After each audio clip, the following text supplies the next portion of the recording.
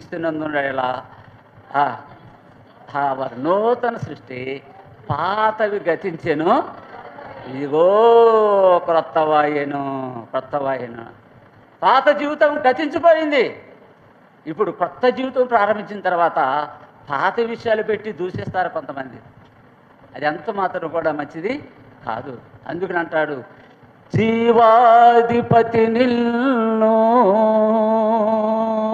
ప్రేమతో పిలచుచుండే,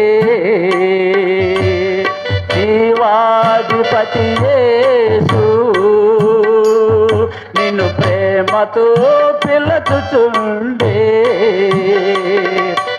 నూతన సృష్టి చేయా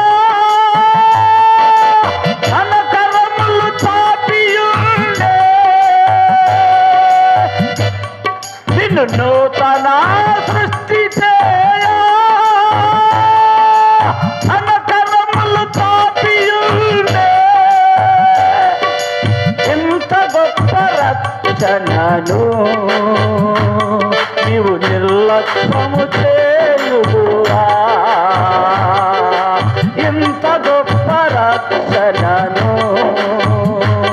నీవు నిర్లక్ష్యము చేసెదావా,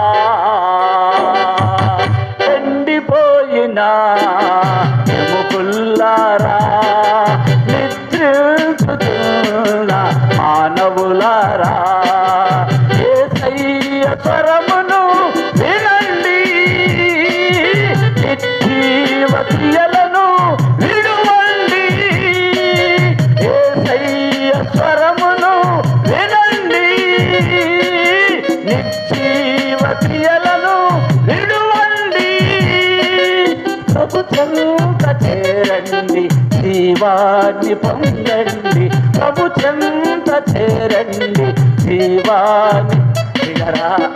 జీవాధిపతి అని యేసయ్య పాపులు కాదు, పరిశుద్ధులు కాదు, ఎవరిని పిలుస్తున్నాడు? యేసుస్వామి సౌకర్య అయిన జక్క ఇంటికి వెళ్తామంటే వాళ్ళందరూ కూడా, కొంతమంది ఉన్నారు శాస్త్రులు, పరిచయులు, మేమే గొప్ప అని చెప్పుకునేవారు. ఏంటి ఈయన పాపులైన వారి ఇంట బస చేయి వెళ్ళుచున్నాడే, ఎవరింటికి వెళ్తున్నాడు బస చేయడానికి? పాపులు భోజనానికి పిలిచినా వెళ్ళాడేసయ్య. పాపుల ఇంటికి వెళ్ళి పాపులతో తిరుగుతున్నాడేంటి, పాపుల ఇంట్లో భోజనం చేస్తున్నాడేంటి అని అనుకుంటున్నాడు. అప్పుడు ప్రభు ఏమన్నాడు తెలుసా? నేను పాపులను పిలువచ్చితిని కానీ నీతిమంతులను పిలువ. అసలు నీతిమంతులు అనేది ఉన్నాడా?